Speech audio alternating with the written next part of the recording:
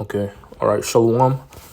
Before I begin this lesson, I'd like to give all praises, honor, and glory to Yahweh, Bahashem, Yahweh Shai, Bahashem, Ruach Quadash.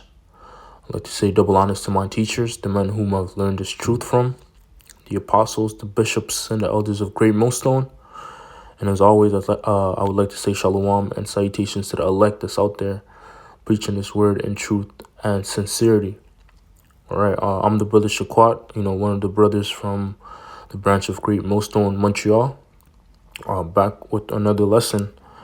And this lesson that I'm going to be getting into today is going to be centered around Matthew, the 23rd chapter. All right, so pretty much without further ado, I'm just going to jump straight into it. This is Matthew 23 and verse 23. It says, "Woe unto you, scribes and Pharisees, hypocrites! For ye pay tithe of mint and anise and cumin, and have omitted the weightier matters of the law, judgment, mercy, and faith. These ought ye to have done, and not to leave the others undone." Right? So the problem that the Lord had with the scribes and Pharisees is that they, in this case, they were precise, they were exact with the law. Everything was detailed. The smallest detail mattered to them. But them being so focused on that made them lose sight of the things that are actually more weightier, the more important things of the law, like judgment, mercy, and faith. Right? Getting a deeper understanding into those things, because that's what's really important. And that's what, if you are looking at it through spiritual eyes, that's what the law really encompasses: judgment, mercy, and faith. Not details.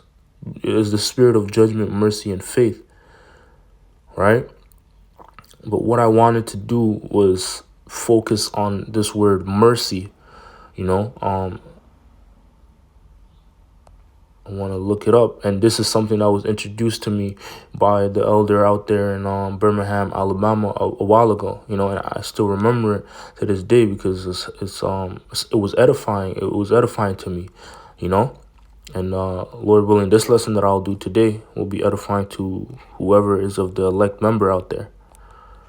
All right. So this is the definition of the word mercy. In the Greek is eleos, or let me see how he pronounces it. Strong's G 1656, Elias. Elias, right? It says, the definition, it says mercy, kindness or goodwill towards the miserable and the afflicted, joined with the desire to help them, right?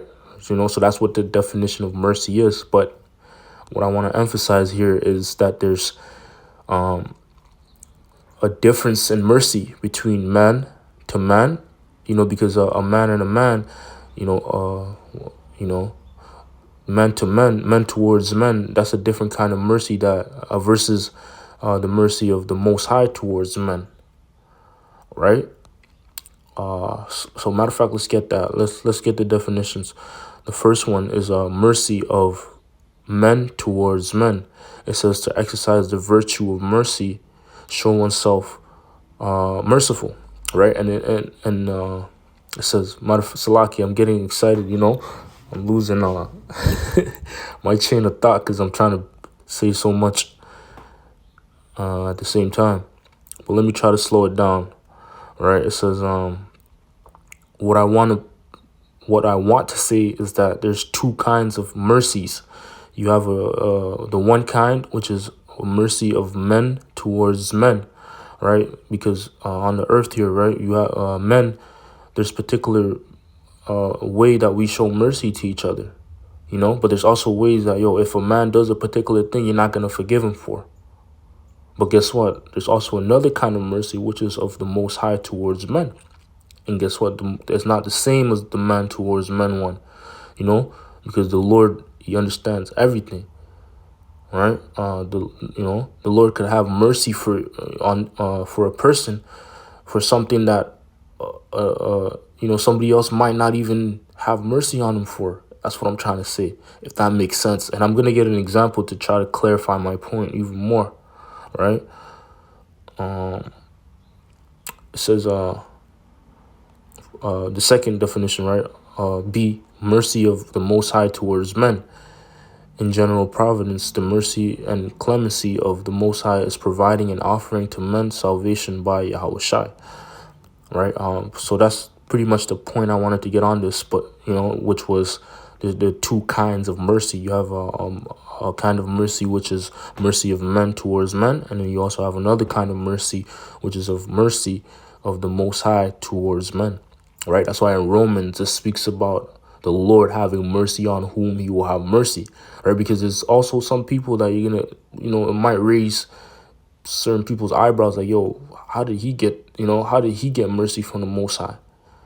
If the person's being carnal and they're not, looking at it spiritual. Because outwardly it might appear like, okay, that's why Yahweh spoke about the harlots and making it to the kingdom before other, because they have a right spirit within them, and that's what the Lord is desiring, looking at a person's spirit, their inward man, But man and man can't see that. So you might have a fault or you might have done something wrong in that instant, but overall you're a righteous person.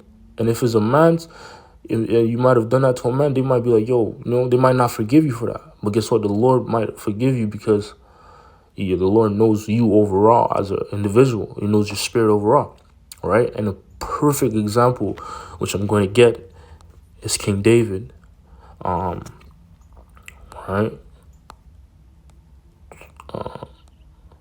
Because King David overall, he was a righteous person. He was a righteous spirit, man. But he had a few shortcomings that if it was a man judging him, guess what? He wouldn't be forgiven, So this is,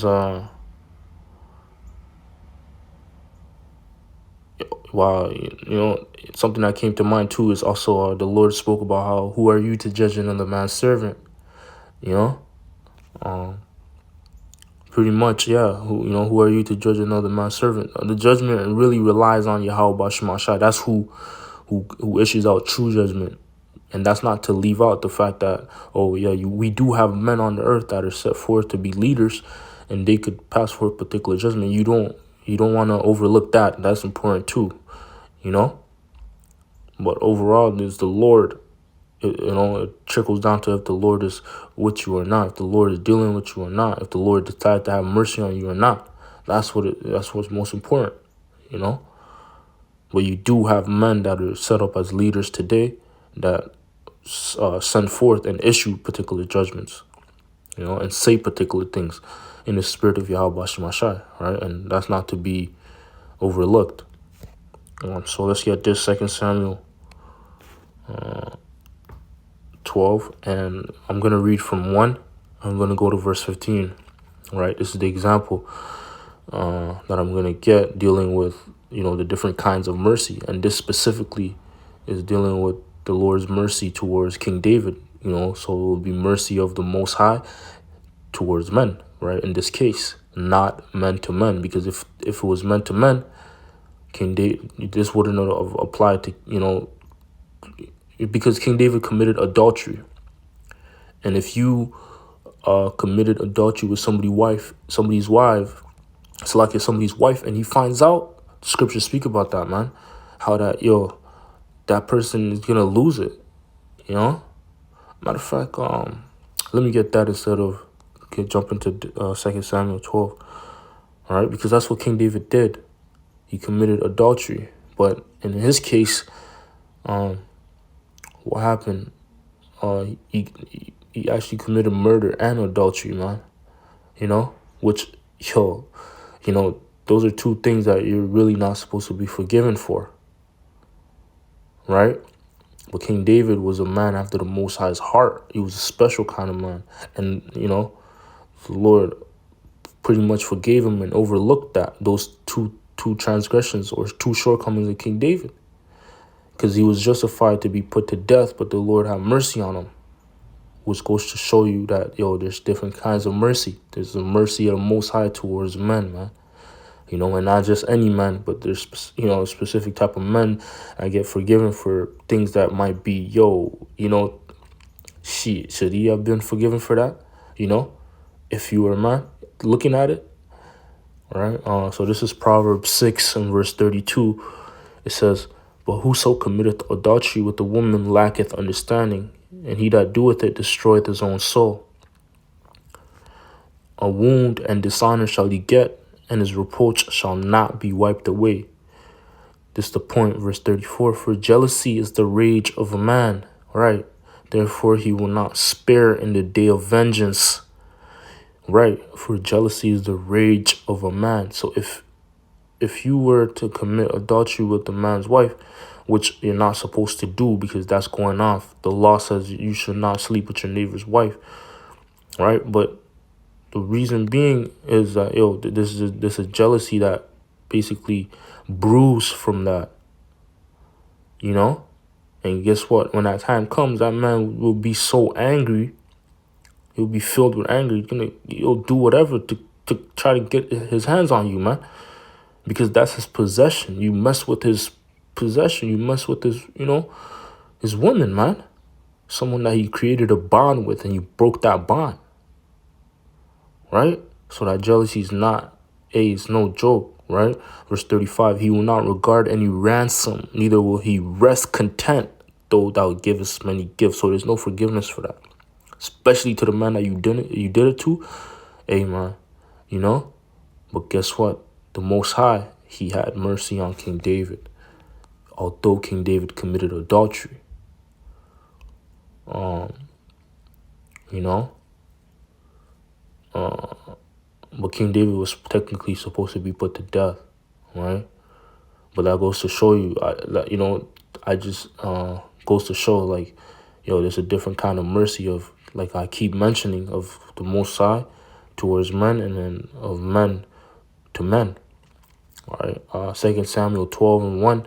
"And the Lord sent Nathan unto David, and he came unto him and said unto him, There were two men in one city, the one rich and the other poor. The rich man had exceeding many flocks and herds, but the poor man had nothing, save one little ewe lamb, which he had bought and nourished up. And it grew up together with him and with his children, and it did eat of his own meat and drank of his own cup, and lay in his bosom, and was unto him as a daughter. And there came a traveler unto the rich man, and he spared to take of his own flock and of his own herd to dress for the wayfaring men that was come unto him, but took the poor man's lamb and dressed it for the man that was come to him." All right, so you had this poor man that only had one possession, right? And and in this case, what pretty much is symbolizing Uriah the Hittite and his wife, right? How that Uriah the Hittite was a lower status than King David, obviously. He had that one precious lamb, which would represent his woman, right? And King David, being that rich man, came and took the woman and killed the man, But King David didn't know that this parable was talking about him, or what was said was talking about him. Verse 5, "And David's anger was greatly kindled against the man. And he said unto Nathan, As Yahweh liveth, the man that hath done this thing shall surely die. And he shall restore the lamb fourfold, because he did this thing, and because he had no pity. And Nathan said to David, Thou art the man. Thus saith the Lord Yahweh, power of Israel, I anointed thee king over Israel, and I delivered thee out of the hand of Saul. I gave thee thy master's house and thy master's wives into thy bosom, and gave thee the house of Israel and of Judah. And if that had been too little, I would moreover given unto thee such and such things. Wherefore hast thou despised the commandment of Yahweh to do evil in his sight. Thou hast killed Uriah the Hittite with the sword, and hast taken his wife to be thy wife, and hast slain him with the sword of the children of Ammon. Now therefore the sword shall never depart from thine house, because thou hast despised me, and hast taken the wife of Uriah the Hittite to be thy wife. Thus saith Yahweh, behold, I will raise up evil against thee out of thine own house, and I will take thy wives before thine eyes, and give them unto thy neighbor, and he shall lie with thy wives in the sight of the sun. Right, so the judgment that was given to King David was not death, which he was supposed to get, but the Lord had mercy on him, and kept him alive. But he was still judged, right? And the judgments, they tormented him, man, but they weren't as bad as him being put to death, but they were pretty bad. They were bad. They were still bad, man. Verse 12, for thou, because he's going to go on and say it, for thou didst it secretly, but I will do this thing before all Israel and before the sun. And David said unto Nathan, I have sinned against Yahweh. And Nathan said unto David, the Lord also had put away thy sin. Thou shalt not die, right? So the Lord put away King David's sin. Why? Because the Lord knew King David's spirit and character overall, right? He didn't judge him based off those two, because King David went off more than once and twice, man, shit. But the Lord had mercy on him. Man, King David was a special man to the Most High. Verse 14, howbeit, because by this deed thou hast given great occasion to the enemies of the Lord to blaspheme, and the child also that is born unto thee surely shall die. Wow. And Nathan departed unto his house, and Yahweh struck the child that Uriah's wife bare unto David, and it was very sick. So that was added on top of King David being shamed, the fact that his firstborn with Uriah's wife would die. Right? So yeah, that's pretty much the point in the lesson that I wanted to get into today. Lord willing, this was edifying. Lord willing, it made sense what I was trying to put together, and it was put together well in the spirit of Yahweh Shemashai. But with that being said, without further ado, I want to say all praises, honor, and glory once again to Yahweh Ba'ashem Yahweh Shai Ba'ashem Rachak Wadash. As always, once again, double honors to my teachers, the apostles, bishops, and elders of Great Millstone. And as always, shalom and salutations to the elect.